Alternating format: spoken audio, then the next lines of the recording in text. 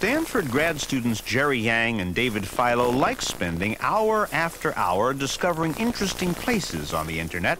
Don't give up. Pedal, pedal. There you go. Eventually, they started compiling a list of their favorite spots, and that is how they stumbled onto a fortune. Their million-dollar idea is called Yahoo. What Yahoo does is make your wasting your time easier. It wants you to get what you want to go to waste time faster, so you don't have to spend, you don't have to waste time in wasting time.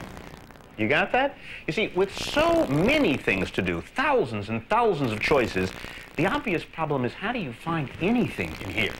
Well, what David and Jerry have done essentially is they have created a directory. So let's suppose, just for the sake of argument, that I want to find my favorite crater on the moon.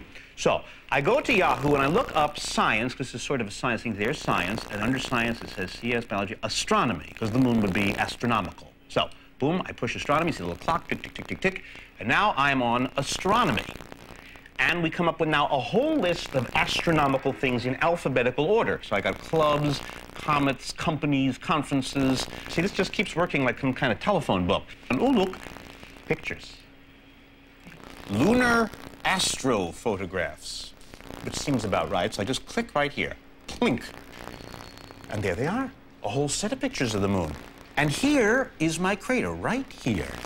Now, I can also scroll down and see some other very, very beautiful craters in close-up. And there's more. If I decide that I want to take a photograph of the moon, just like this guy did, and his name, by the way, is Michael. He's a dentist in Pennsylvania. And he's provided a little explanation about his lens and camera, explaining how he did it. So if I want to, I can do it, as well as him. Now, you can get to this point in the computer by using Yahoo, which basically means you use your mind and the alphabet, or you can know the computer address, which is http://www.netax.com/squiggle/NH Myers/Moontonhitmel, or you can do Yahoo, which is free, simple, and neat. Our job is to go through all these sites and classify them, organize them in a way so that people can find them. Well, a number of businessmen found Jerry and David. Some even offered them more than $1 million for Yahoo. But what makes a list so valuable as a business? What makes investors see, well, dollar signs? Michael Moritz is a venture capitalist who thinks Yahoo will be hugely profitable because it is the first really popular directory on the internet. And being first has value. A 6-month market lead in the internet business today is like having a 10-year lead in the automobile business in 1920. Excuse me, but these two guys do not remind me of Henry Ford. Yahoo is just a list. So why is it so valuable? Well, Yahoo is a place where people gather on the internet. It's a crossroads, kind of like Times Square.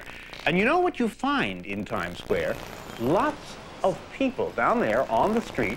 And then up above them, up here, brilliantly lit, are advertisements trying to catch their eye. But Yahoo, arguably, is better than Times Square. After all, how many of the people down there on Broadway are going to look up at Claudia Schiffer? You see Claudia right down there, just below me, in the hay? Now, how many people are going to look at Claudia and think, oh, I should buy some underpants? Some people will, but most people, I don't think so. Or check out the Calvin Klein ad, all the way over there. Now, how many people in Times Square are going to see that ad and think, oh, I need some clothes? Calvin is talking to a lot of people who are very unlikely to buy his products. But the same thing would be the case with Fujifilm. Now, Fuji is broadcasting to a lot of people who may not be in the market for film. But now consider Yahoo. Yahoo has, of course, a photography directory, and in here it says you can look at commercial photographs or photo contests or photo exhibits or photo histories, and there's a nice blank space right alongside here, perfect for an ad. And the thing is, most of the people who come to this page are likely to be film buyers. For advertisers who want to appeal to very specific interest groups, we can define those interest groups very clearly on Yahoo. And they could show us all the logs of people who were using Yahoo, and there was some fairly eye-opening information there. For example, they could tell us how many engineers at Texas Instruments were logging onto Yahoo during the workday.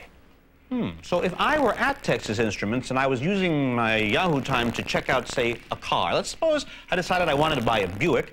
I can go to the Buick ad right here, and let's see, I think I'll take a look at the Roadmaster sedan. Now, as soon as I check out the Roadmaster sedan, there it is, and decide to read about the car, let's suppose I spend, a minute and 40 seconds looking at the car.